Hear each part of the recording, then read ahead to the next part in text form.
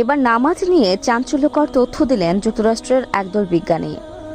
নামাজে করা প্রত্যেকটি কার্য মানবদেহের জন্য অধিক উপকারী বলেছেন তারা। তবে কি এমন খুঁজে পেলেন তারা এই নামাজের মধ্যে? নামাজ পড়লে শরীরের মধ্যে কি ধরনের পরিবর্তন আসে?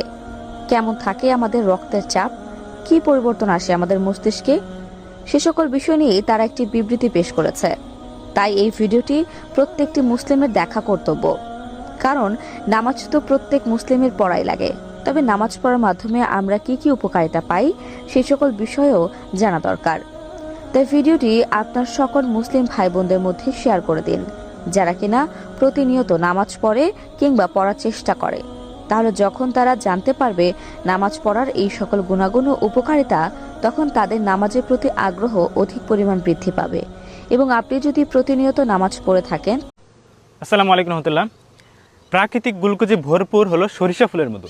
আর এই সরিষা ফুলের মধুতে আমাদের 2 কেজিতে একটি দারুণ কম্বো অফার আছে। 2 কেজি মধু মাত্র 990 টাকা, সাথে ডেলিভারি চার্জ সারা বাংলাদেশে একদম ফ্রি। আমাদের এরকম প্যাকেজ থাকবে মধুর। আলহামদুলিল্লাহ আমাদের মধুটা বিএসটিআই সার্টিফাইড এবং 100% র মধু।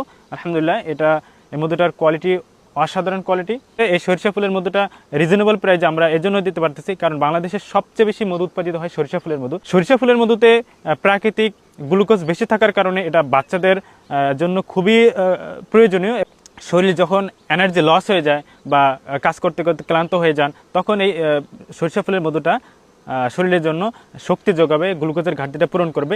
তো অবশ্যই আমরা যে গ্লুকোজটা শরীরে বিভিন্নভাবে আমরা নিয়ে থাকি বিভিন্ন কার্বোহাইড্রেট খাবারের মাধ্যমে, তো আমরা যদি ন্যাচারাল ইয়া রাশিদু 1 গ্লাস পানিতে 33 বার পাঠ করে ফু দিয়ে ছেলে অথবা মেয়ে যাকে খাওয়াবেন সে আপনার একান্ত বাধ্য হবে, আপনার কথা শুনবে ইনশাআল্লাহ।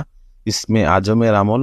আপনার পিছনে যদি সবসময় শত্রু লেগেই থাকে, আপনাকে উপরে উঠতে দিচ্ছে না এবং আপনার একের পর এক ক্ষতি করেই যাচ্ছে, তাহলে নির্জন স্থানে বসে আল্লাহ তাআলার পবিত্র এই 2টি নাম 101 বার পাঠ করুন। ইনশাআল্লাহ আল্লাহ তাআলা আপনার শত্রুকে ধ্বংস করে দিবে। নাম দুটি হলো ইয়া হাফিজু ইয়া জব্বারু। আপনার গলায় যদি মাছের কাঁটা বিঁধে, তাহলে গলায় হাত রেখে এই দোয়াটি 3 বার পাঠ করুন। ইনশাআল্লাহ সঙ্গে সঙ্গে মাছের কাঁটা নেমে যাবে। দোয়াটি হলো ফালাওয়ালাইজা বালাগাতিল হুলকুম। পশ্চিম দিকে থুতু ফেলা জায়েজ আছে কিনা? খুব ভয়াবহ একটা বিষয়। মুসলমান এত বেদিশা হবে না, বেহুশ হবে না। মুসলমান যা করবে হিসাব করে করতে হবে, কারণ তাকে জান্নাতে যেতে হবে। মান তাফালা তুজাহাল কিবলা জাআল ইয়াউমাল কিয়ামাতি ওয়া শাক্কুহু মাইল আও কামা ক্বালা আলাইহিস সালাম। যে ব্যক্তি কিবলার দিকে থুতু ফেলবে, কিয়ামতের দিন কোন কোন বর্ণনায় আসছে ওয়াতাফালাহু মা বাইনা আইনাই, যে তার থুতু কপালে নিয়ে এসে উঠবে, অর্থাৎ এটা গুনাহের কথা। থুতু ফেলার জন্য সবচেয়ে উত্তম এবং সুন্নাহ হলো নিজের বাম দিকে নিচের দিকে। আগে ফেলেছেন সেজন্য আল্লাহর কাছে মাফ চাইবেন, সামনে যেন আর এটা না হয়।